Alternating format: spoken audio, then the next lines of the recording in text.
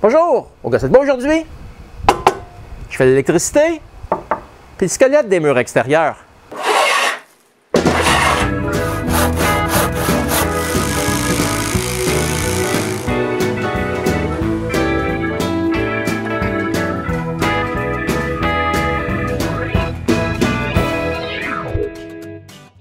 Mon atelier ressemble pas mal à ça présentement. Une structure avec un toit. Ce serait bien d'avoir des murs avant l'hiver. Donc, pour y arriver, je dois faire la structure qui va retenir les murs. Je commence par poser une bande d'étanchéité sur mes fondations.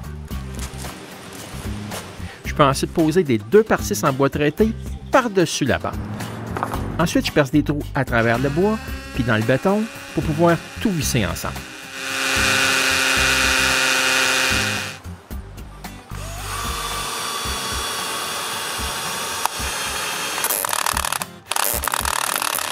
Ensuite, c'est aussi simple que de poser d'autres 2x6 entre les poutres et les morceaux de bois que je viens d'installer.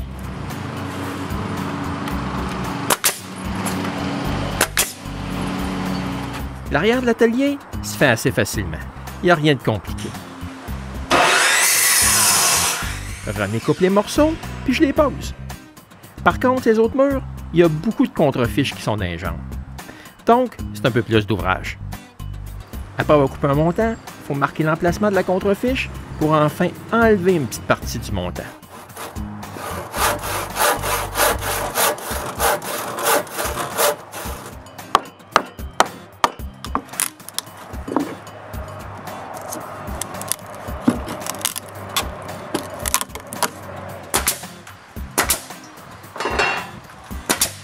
Ensuite, le tout s'assemble comme tout le reste. À cause des grosses fenêtres en avant, les contrefiches y étaient trop longs. On a donc été forcé de les enlever, de les couper et de les remettre en place.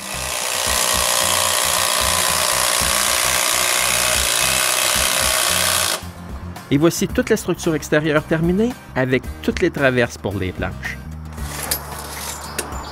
En chaque montant, j'ai 48 pouces, puis 24 de haut, la même grosseur qu'un panneau d'isolation. J'ai pas besoin de plus de support que ça. La structure est assez suffisante. J'ai aussi coupé d'autres 8x8 pour mettre de chaque côté de ma porte d'entrée. J'ai utilisé un cric pour soulever l'entrée, puis j'ai placé les 2 poteaux en dessous. Ensuite, j'ai mis 2 vis de 15 pouces sur le dessus de chaque poteau. Pour le bas, j'ai mis un angle de métal ancré dans le béton avec des boulons qui est vissé dans le bois avec des vis de 6 pouces.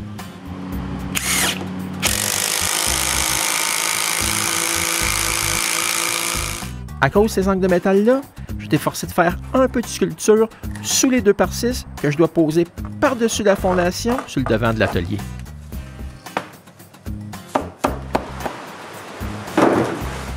Maintenant que le squelette des murs est fini, je peux enfin brancher l'électricité. J'ai dessiné plusieurs plans élaborés pour le branchement de mon électricité. Mais la première chose que je fais, c'est d'installer des boîtes électriques au plafond pour les lumières. Je commence par ça parce que pour finir le toit, il faut l'isoler.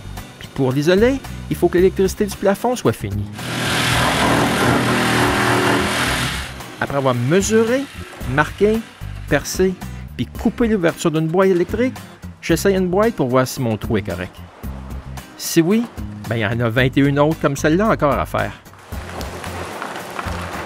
Quand tous les trous des boîtes sont percés, je monte sur le toit sous la bâche. Puis j'installe toutes les boîtes. Je dis que c'est pas facile de travailler en dessous de cette grosse toile-là.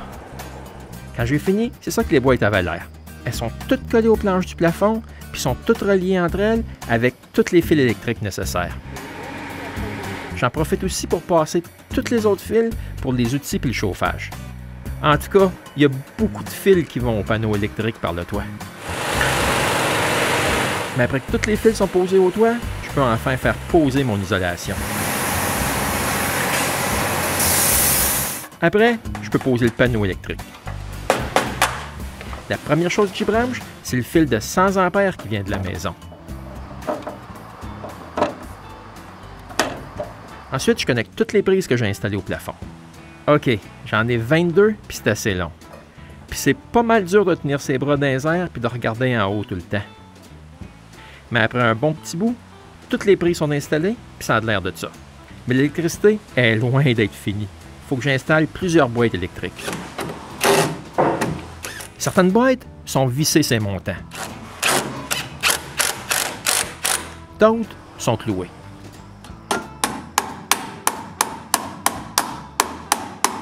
Mais pour passer les fils, il faut des trous. Puis beaucoup de trous. Moi, je perce tous les trous dans les grosses poutres avec la perceuse électrique.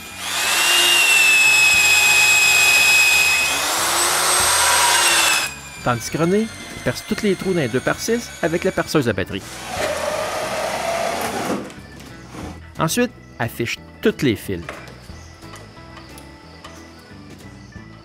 Pendant ce temps-là, moi j'installe d'autres boîtes.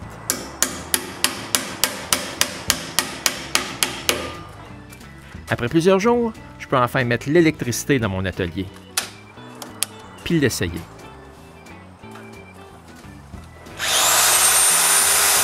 C'est un succès. Avec de l'électricité, on peut travailler le soir éclairé avec des spots. Mais c'est ridicule, après avoir posé toutes ces prises-là au plafond.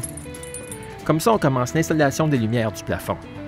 Je mesure l'emplacement des œillets qui vont retenir un luminaire, puis je le pose. Ensuite, je peux installer le premier luminaire. Puis enfin, le tester. Youhou! Enfin de la lumière! En bleu. Il ne reste plus qu'à en installer 17 autres. Voici ce que ça a de l'air quand on les allume tous, un par un le soir. Ça me fait un éclairage pas pire, 72 fluorescents. Bon, mon électricité est terminée. J'ai 18 luminaires à 4 tubes. 2 sets d'interrupteurs triples de chaque côté des poutres de la porte. 6 agencements de prises comme celle-là, à 4 prises de 110 volts, puis une de 220. Une comme celle-là pour mon aspirateur puis mon compresseur. 5 prises quadruples comme celle-ci. 4 simples, mais ça c'est seulement dans la partie de la remise. 2 étanches pour l'extérieur. OK, pour l'extérieur, je vais les installer mais que l'extérieur soit installé. Éventuellement, je vais installer ces 2 prises pour ma soudeuse.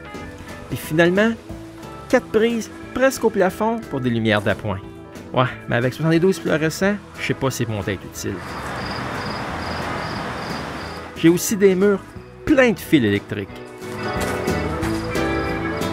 Puis sur ça, à bientôt, puis on se revoit pour la suite au gosseux de bois.